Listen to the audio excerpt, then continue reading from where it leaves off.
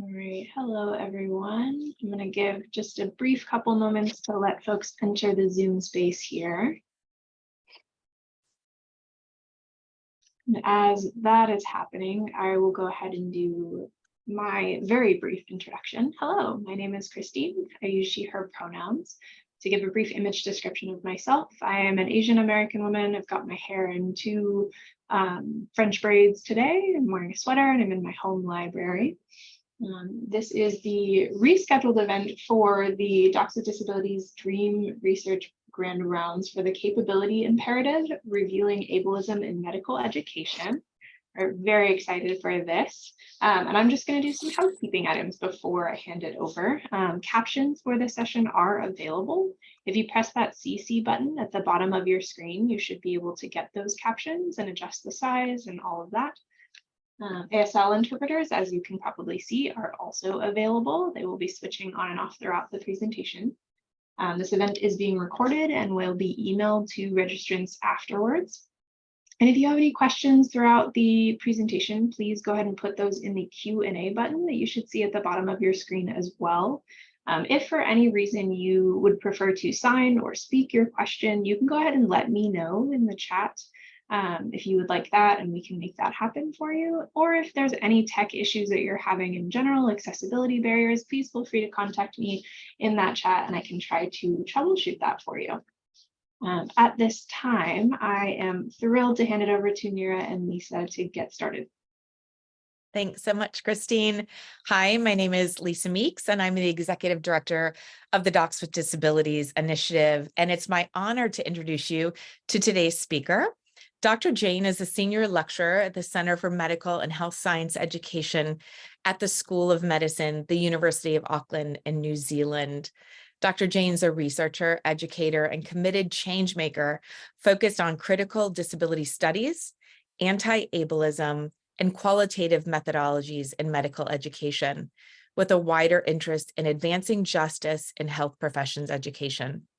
She co-authored the AAMC special report, Accessibility, Inclusion, and Action in Medical Education, the Lived Experience of Learners and Physicians with Disabilities. Weaving together perspectives of students with disabilities and school officials, Dr. Jain's award-winning doctoral thesis, Negotiating the Capability Imperative, Enacting Disability Inclusion in Medical Education, explores the limits of an accommodation-focused approach to disability inclusion and imagines a transformational alternative that is inclusive by design. Dr. Jain previously led disability services for health science education students at Columbia University in the city of New York and the University of California, San Francisco. Most notable is the fact that this is one amazing human being, an incredible friend, and definitely an advocate and an ally for people in this space. Dr. Jain, we are so blessed to have you with us here today, and I will turn it over to you. Thanks so much, Lisa. I'm just gonna get my slides started, and inevitably there will be some tech drama. How does that look? Lisa, can you just say if that looks okay? You are good to go. Yeah. Perfect. Thank Wonderful. you. Okay, so thank you, Lisa, for that kind introduction. As Lisa said, my name is Neera Jain, and my pronouns are she, her. I'm Potoko Matua, or Senior Lecturer at the Center for Medical and Health Sciences Education. And that's within Mātauranga Hōora, which is the Faculty of Medical and Health Sciences at Waipapa Taumata Rau, the University of Auckland. And I'm really pleased to have the opportunity to share my research in this talk that I've titled The Capability Imperative, Revealing Ableism in Medical Education. And the background image here is an aerial view of a lush forest with a wavy road running through it. And it serves as a little bit of a metaphor for what I aim to do in this talk, to see the forest for the trees and identify a through line in that forest.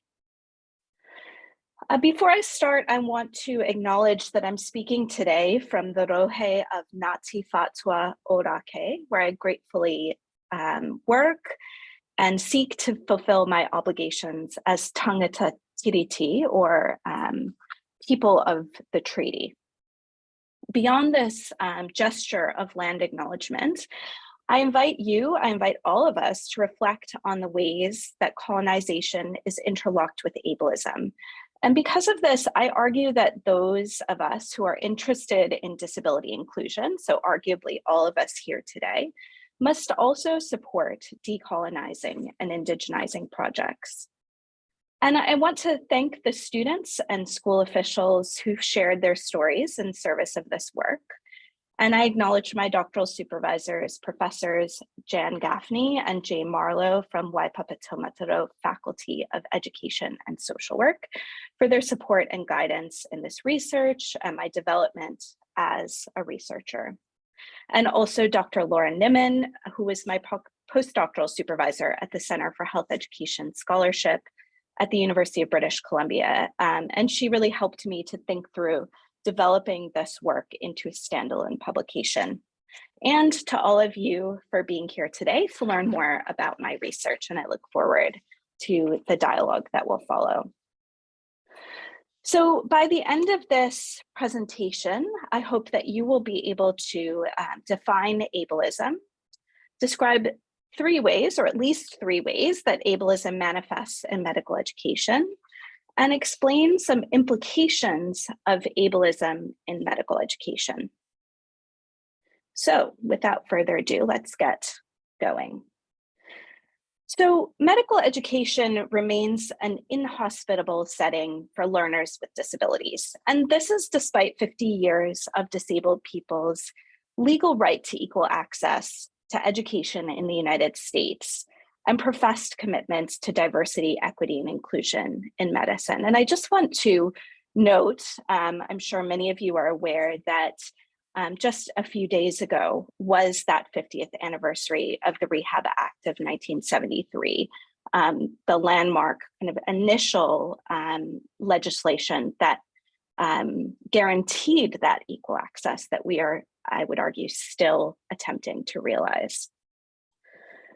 So a growing body of research, largely out of the US, the UK, Australia, and Canada, has mapped this rocky terrain, identifying issues such as insufficient access to accommodations, negative attitudes, assumptions, negative attitudes and assumptions conveyed by faculty and peers that stigmatize disability, insufficient, blatantly discriminatory, or absent medical school policies and inclusion services to facilitate access, and a lack of disability community and disability-informed mentorship to guide students on their journey. And these conditions seem to persist alongside data out of the US that demonstrates the number of students disclosing disabilities to their schools has increased in the last few years. And there's been a wellspring of guidance to improve inclusion practice. And I want to acknowledge that this body of research, of knowledge, captures a moment in time. And these conditions are always in flux. They're changing, always in a state of becoming. But this is kind of the consistent narrative that this research tells us. So some scholars have identified ideals of capability in medical education that hint at deeper concerns. So this body of work suggests medical training demands learners adopt an all-knowing posture. So for example, in 1987, Haas and Schaffer proposed that through medical education, students learn to adopt a cloak of competence to maintain their authoritative professional status with teachers, patients, and peers. And Began's work a decade later showed a similar demand to role play competence, demonstrated through a student quote that said, "Even if I don't know what I'm doing, I can make it look like I know what I'm doing." And these threads appear in more recent research, such as that by Han et al. In 2015, that showed students engaged in impression management, always seeking to appear interested, smart, and prepared in order to earn learning opportunities, understanding that they're constantly under evaluation. So this will to demonstrate sometimes unearned competence suggests that learners must always be proving their capability or potential to become a future doctor. And this is a condition that's in conflict with the realities of learning and medical practice, which is underpinned by a level of uncertainty. Some work, specifically in disability inclusion, has problematized ideals of capability. So first, a body of work on technical standards. And I just want to acknowledge in this slide, putting all of these citations about technical standards is pretty confronting because this is not a new topic. All the way back in 1996, even before that, 1981, the year after I was born, Hartman and Hartman wrote a paper essentially talking about the same things that we talk about now in technical standards. So this body of work on technical standards going back to the early 80s has debated whether medical education ought to develop a pluripotent graduate or one with broad medical knowledge. This work has also challenged restrictive language use and suggested many schools' technical standards lack compliance, or at least they don't follow disability rights law, all of which formulate questions about the ways the policies create capability markers for students and physicians.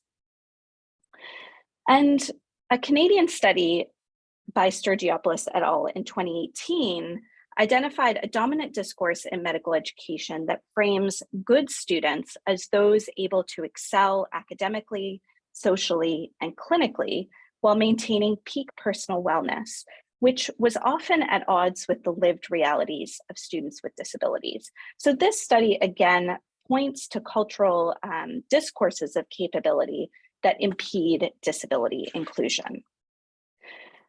But despite these distinct observations, there hasn't been sufficient efforts to richly conceptualize and problematize the medical education culture that disabled people are being included into. And I believe that outlining these taken for granted values, beliefs, and ideals that are normalized in medical education is essential to understanding the fraught systems that disabled students encounter. We need to name and perhaps draw a more complete picture of the elephant, so to speak, in order to interrogate these dominant ideals, identify their utility for modern education and practice goals, and encourage alternative ways to move forward toward more just, equitable, and inclusive educational environments for disabled learners.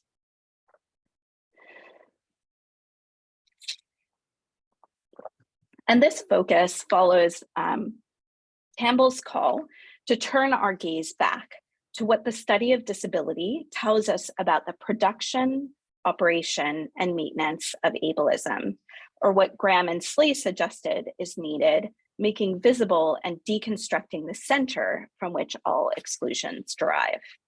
So to do this work, I draw on critical disability theories of ableism.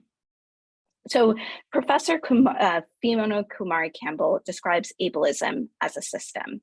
She defines ableism as a network of beliefs, processes, and practices that produce a particular kind of self and body, the corporeal standard, that is projected as perfect, species typical, and therefore essential and fully human. So in this system, the standard for bodies and minds is held up as normal and desirable, and a divide is enforced between that standard and those who fail to live up to the standard and are thus labeled disabled. So these normal or so-called normal ways of being are privileged, and the social order is organized around them. So we can think of ableism as creating a value hierarchy, wherein some bodies and minds are treated as valuable and others as disposable or excludable. Hutchin and Wolbring suggest that ableism is a hegemony of ability preference, so a dominant and overarching, ever-present ability preference, and also an analytical tool to understand how these ability preferences operate and their impact. And I think it's important to kind of acknowledge here that scholars and activists of color assert that ableism works with and reinforces other systems of power. So for example, Bailey and Mobley explain that racism, sexism, and ableism share a eugenic impulse. And we can see this in the ways that ideas of ability are most readily assigned to whiteness and men, while disability and assumptions of inability have been attributed to women and people of color to justify their denied citizenship. So recognizing this interconnection between forces such as ableism, racism, colonialism, heterosis normativity, classism, sexism, and so on, suggests that we must examine these damaging systems of power jointly and dismantle them collectively. So going further into ableism theory, I want to touch on the concept of compulsory able-bodiedness. So in crip theory, Robert McRuer theorizes that ableism operates through a condition of compulsory able-bodiedness. And if you're familiar with Judith Butler's work in heterosexual hegemony, they build this idea, McRuer builds this idea from their work and that of other queer theorists. So in compulsory able-bodiedness, McRuer says that by situating a particular kind of body-mind as desirable and necessary for participation, ableism compels us all to attempt to approximate this corporeal standard or this idealized body and mind, which McRuer says is always out of reach. It's an unreachable ideal. Yet through our constant reaching for this standard, our desire, our pull towards embodying this way of being, we entrench its dominance. So it's important to consider that ableism affects all of us, so-called disabled and non-disabled. Expectations for bodily perfection, for proving physical and cognitive ability, for being hyper-productive and capable, these are arguably all manifestations of ableism that are ever present in our late capitalist societies. And we can think about ableism as becoming institutionalized when the corporeal standard is reproduced in systems, policy, and practice. And the clearest example of this is in architectural design. So this image comes from my friend Amy, who took this picture while being carried downstairs into a lecture hall where she had been invited to give a lecture on disability and social justice. Amy uses a wheelchair, and the lecture hall did not have an accessible entrance to the front of the room. So in this way, we can see how ideals of who uses academic space, who will be presenting in an academic classroom, who is the teacher, who is the student, these ideas are all inscribed into physical spaces.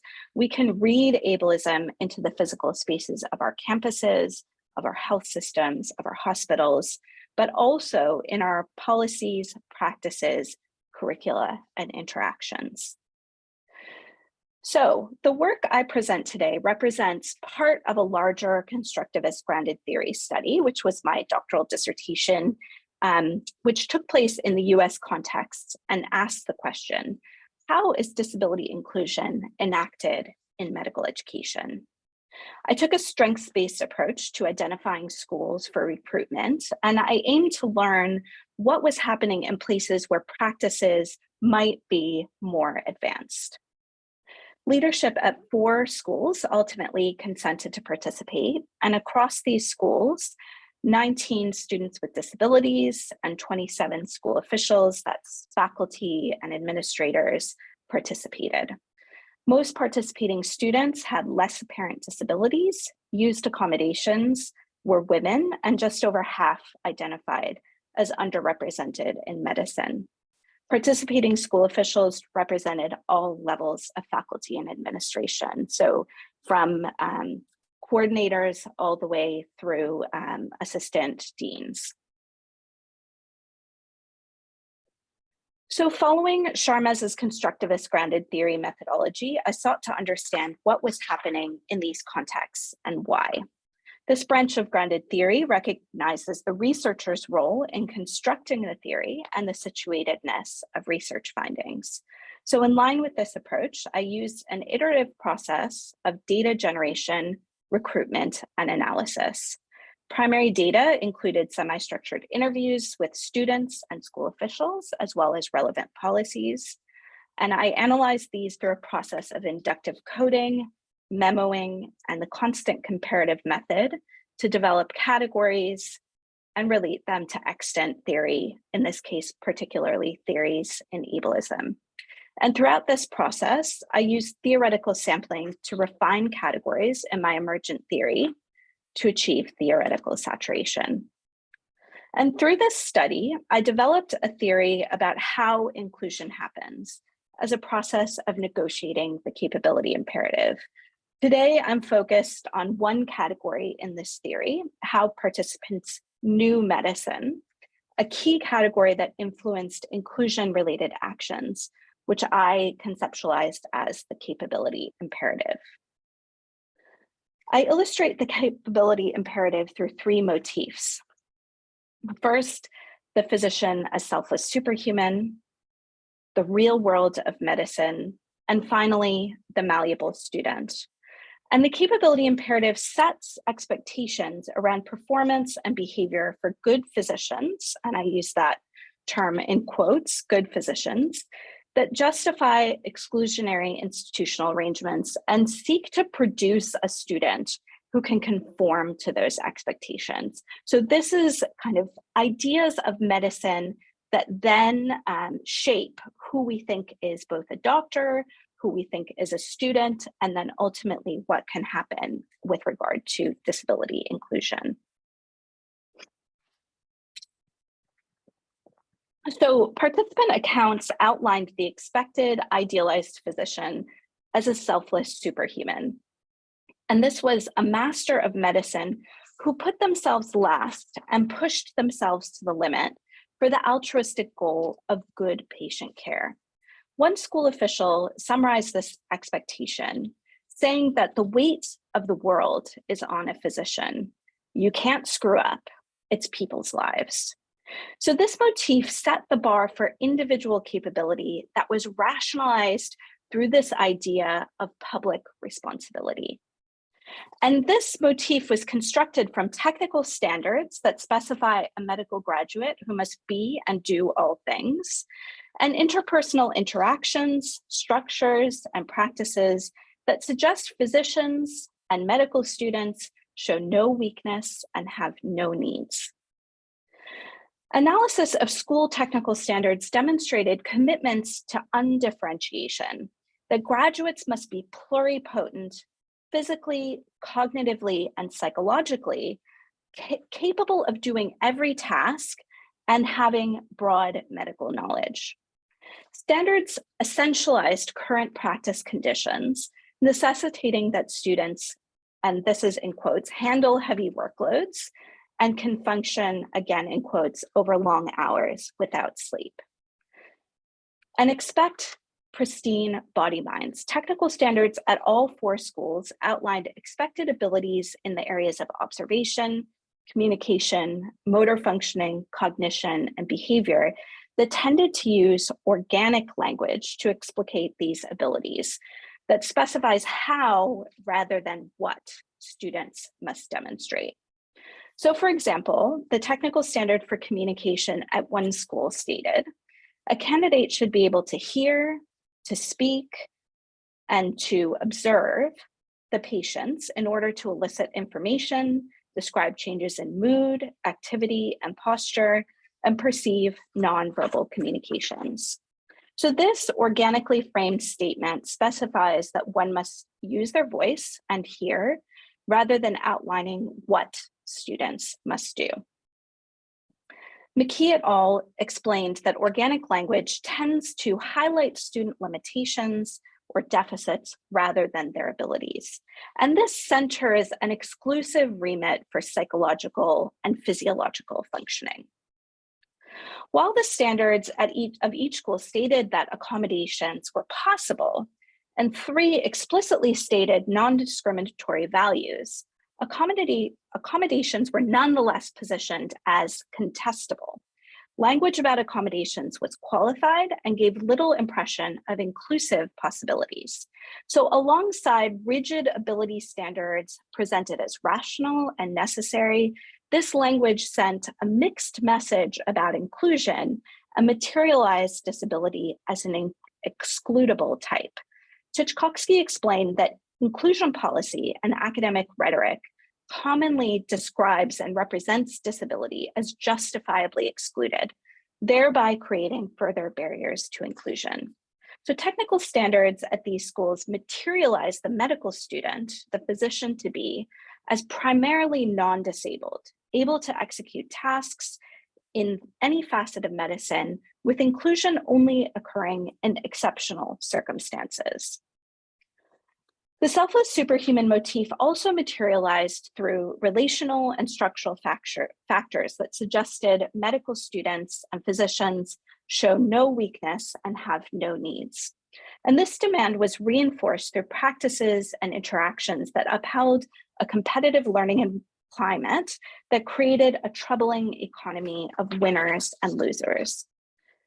And clinical educators who modeled showing no weakness.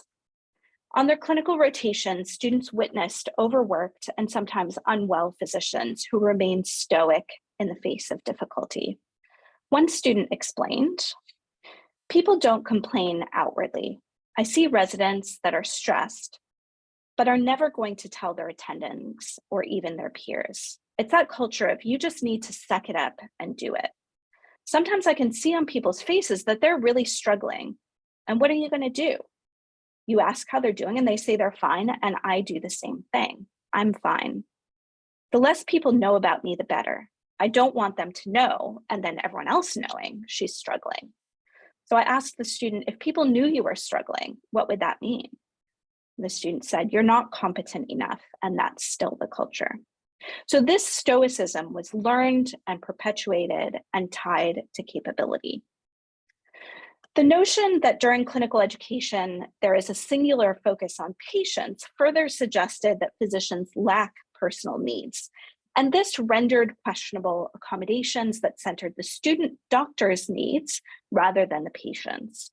And finally, this expectation was communicated through productivity demands in clinical schedules that implied the physician is unaffected by the clinical encounter, described by one student as a demand to flip a switch during their roles without opportunity for emotional processing or recovery. Through these elements, the motif solidified a patient-provider divide. Students noticed that optimal health behaviors described for patients did not seem to apply to physicians. And learning environments constructed patients as other, as one student described, a strange and foreign group of people. They have the problems that doctors don't have. Klitzman identified this as a socializing effect of medical education, that it leads doctors to distance themselves, build defenses, and feel immune from the death and suffering around them. While Klitzman described this as necessary, I saw that it reinforced the idea that the non-physician is vulnerable while the physician is bulletproof. And this aligned with Sturgiopoulos et al.'s conflicting discourses of the good student and good patient roles. The superhuman ideal offered little space for learners to occupy both roles simultaneously, let alone express human vulnerability. And the demand reinforced individual responsibility while the conditions of practice went unquestioned. The second motif, the real world of medicine, is a vision of static training and practice environments beyond medical school that suggested a constrained or impossible future in the profession for people with disabilities.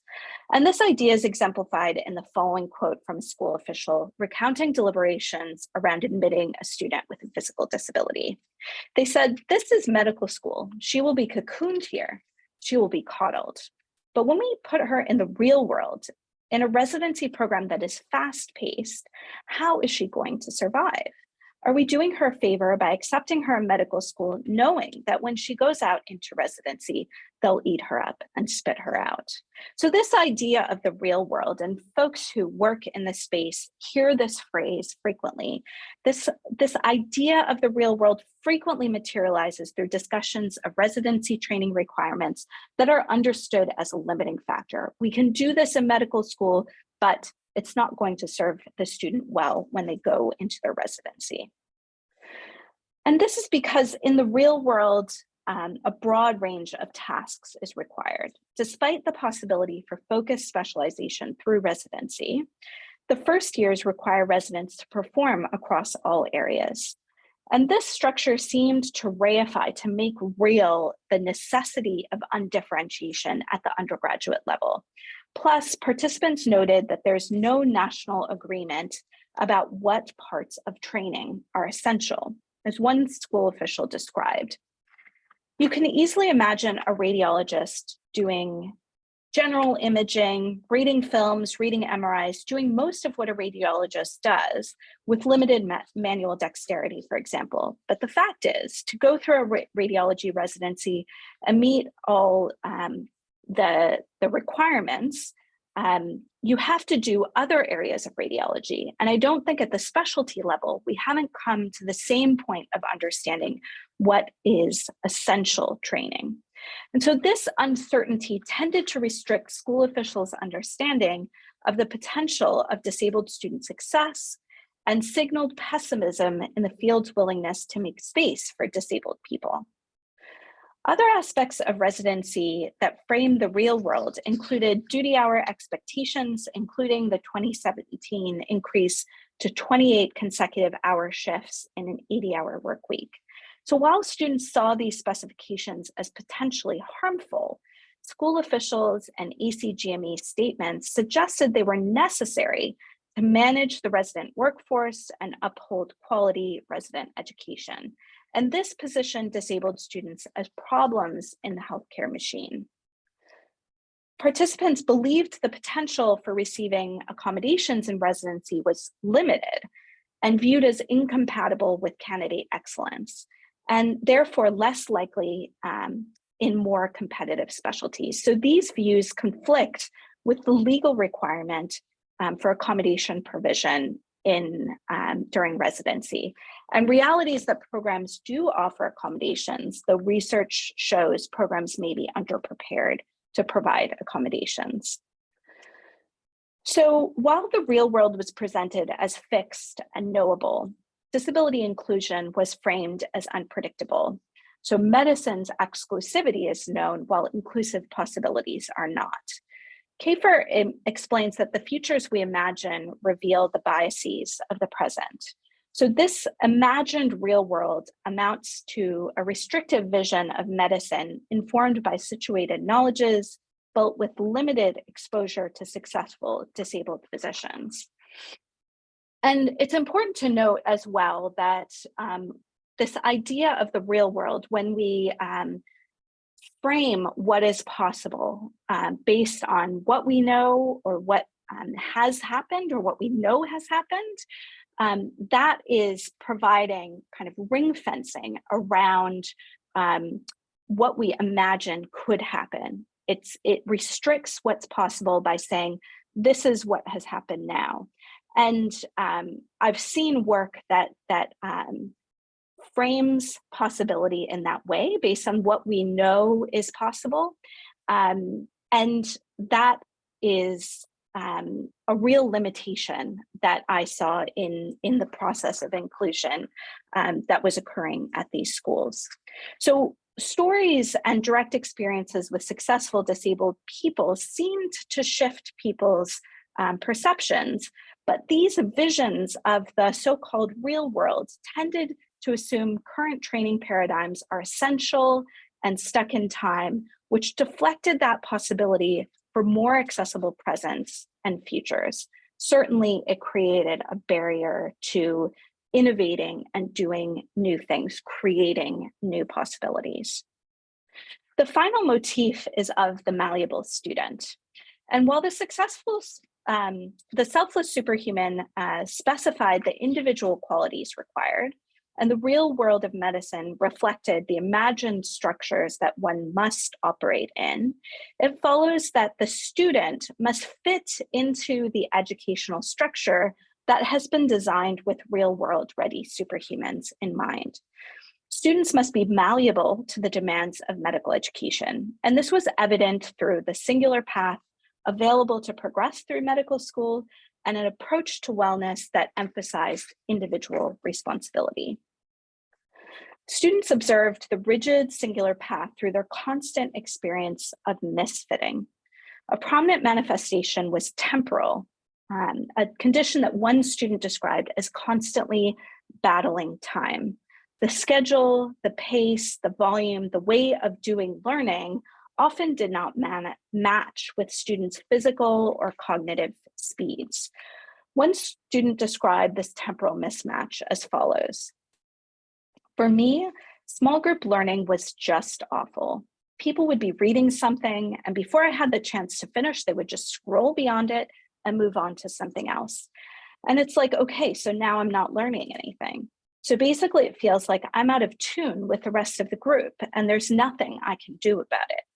And I get criticized for it. I'm trying my best to do better, but people just get tired of it. So it's like being out of sync with the rest of the group because of my condition.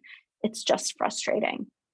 So here, the expectation for a certain speed and manner of engaging didn't allow for the student to participate meaningfully in the group learning process. And this quote reflects not only the students' frustration, but that of their peers. They expected synchronicity in group member functioning. And notably, this student attributes the problem to my condition rather than the structure of the exercise or group standards. And this reflects their internalization of the malleable student expectations. Students who didn't fit were constructed as problems rather than the environment or culture. Disability studies scholars suggest that normative timescapes leave disabled people continually behind and cast out of time.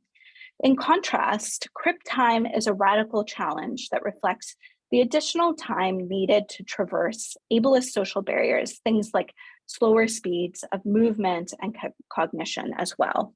Crip time is an exploded, not just extended version of flex time. As Kafer explains, rather than bend disabled bodies to meet the clock, crip time bends the clock to meet disabled bodies and minds. Scholars like Cynthia Whitehead have exposed the constructed nature of medical training time. Current discussions about competency-based time variable models of training hold crip time potential, but this hasn't been explored in the literature beyond passing mention. However, it's important to note that Brian Hodges cautioned that motivation for these models tends to focus on increasing efficiency, shortening education, and making it cheaper. And this is a condition that would further compress rather than flex time. And this topic deserves further exploration with disabled learners in mind, and certainly disabled people at the table to reap its potential for expansive opportunity. So the second prominent manifestation of the malleable student motif was in the dominance of individual responsibility approaches to wellness. This was codified in technical standards and supported through the provision of individualized services like counseling and coaching. And through wellness program, yeah? I'm so sorry. There's been a request to just slow down just a little for the captioner. Sure. Thank you so much. Okay. I'll just start over on this point. So the second prominent manifestation of the malleable student motif was in the dominance of individual responsibility approaches to wellness. And these were codified in technical standards and supported through the provision of individualized services like counseling and coaching, and through wellness programming that targeted individual behaviors to game wellness. While schools seem to recognize the crisis of burnout, depression, and suicide in the field, Their actions were focused on destigmatizing these experiences and seeking individual solutions to recover or to steel oneself for the environment. One student described, "I felt like the medical school really did emphasize having balance. But when you get to the clinic, we had a session, it was surgery rounds, and these guys come up and they're like, yeah, so what I do is I wake up at 4 a.m. and I go for the swim at the Y before I come into the OR. And it's like, that's really helpful. That's great advice for wellness. You know what? This isn't helpful. It's almost like wellness is. They talk about it a lot, but it's just this auxiliary thing that you have to do to make it okay to deal with all the shitty things you have to deal with. So this converges with work in the area of learner wellness that's identified the mixed messages between movements encouraging self-care and structures that disallow such practices. The National Academies of Medicine Task Force identified that structural factors are the largest drivers of unwellness, yet individual responsibility seemed to dominate school and clinical praxis and reinvoked the rigidity of real-world conditions. So building on McRuer's concept of compulsory able-bodiedness, I argue that the capability imperative illustrates a cultural logic of medical education that upholds a condition of compulsory hyper-able-bodiedness and mindedness. Or said otherwise, I understand the capability imperative as a context-specific manifestation of ableism. Prospective learners and prospective and current learners must be understood as able to meet these implicit and explicit demands to enter and progress through training. And this continually reproduces this constrained vision of what a physician is, what a physician should be. And through this concept, a realist vision of practice dominates. Current conditions are figured as static and unchangeable, even necessary. And in light of these conditions, disabled learners in the environment and the school officials who are responsible for their inclusion must contend with and negotiate with these cultural ideals. And ultimately, I argue that it limits disability inclusion. I want to situate this concept that I've outlined. My work advances a theory developed in a specific context for US medical schools and from the perspectives of particular people, disabled students, and medical school officials. I think there's more work to do to examine and develop this theory further and to understand if and how it works in other national contexts and from differing perspectives. However, I think the capability imperative prompts some existential questions for medical education that deserve further exploration. What is a physician? What is essential to being a physician? And in thinking about this, it seems necessary to consider what we need. In particular, thinking about things like health inequities. Where does our current vision fail? And what does the public need from our doctors? And I think here, I always think about the kind of constant return to the matter of patient safety. And while I think we can agree that patient safety and maintaining patient safety is an undeniable central ideal, I sometimes ask the question, patient safety for whom? And are we actually providing, for example, safe care for disabled patients? So in thinking about what is a physician, what kind of physician do we need, it's important to think about who is left out and marginalized by our current vision, both in terms of who is left out of the profession, but what are the follow-on effects for patients? Who is centered and prioritized in our current vision, and what ought to be centered, and who decides? And who or what benefits by the ways conditions are now and how conditions could be. And given that much of the current vision appears to be constrained by training and healthcare delivery systems, what would need to change, and how can it change? I propose that in-depth collective introspection from diverse perspectives is long overdue.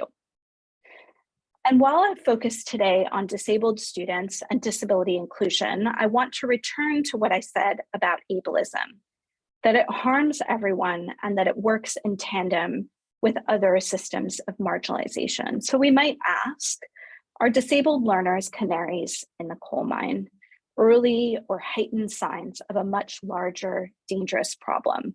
Who else is affected or will be affected by this disabling force?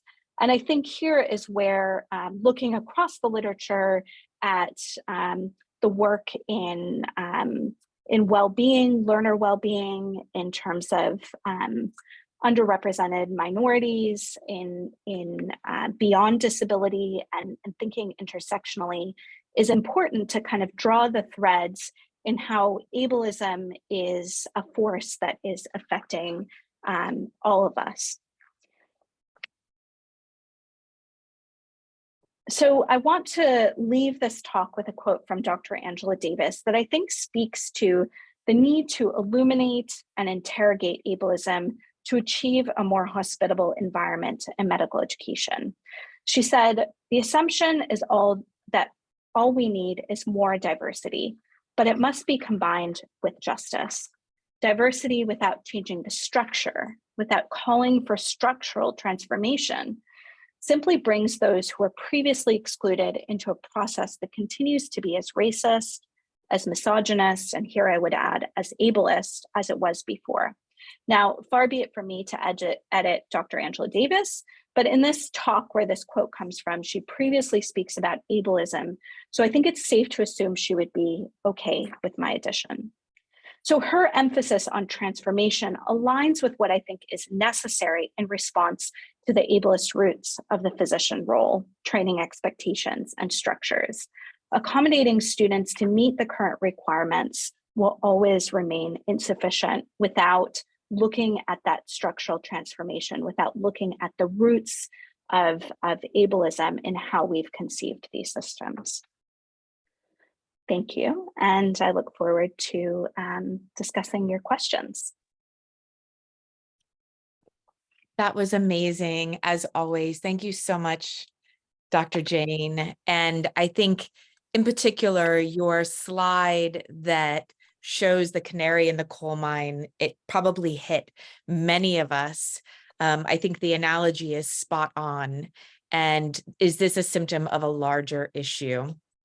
Thank you so much for your time today. I am going to ask Christine to stop the recording, as we do for all of our talks, so that we can create a very welcoming, safe space for people to ask questions and not be identified.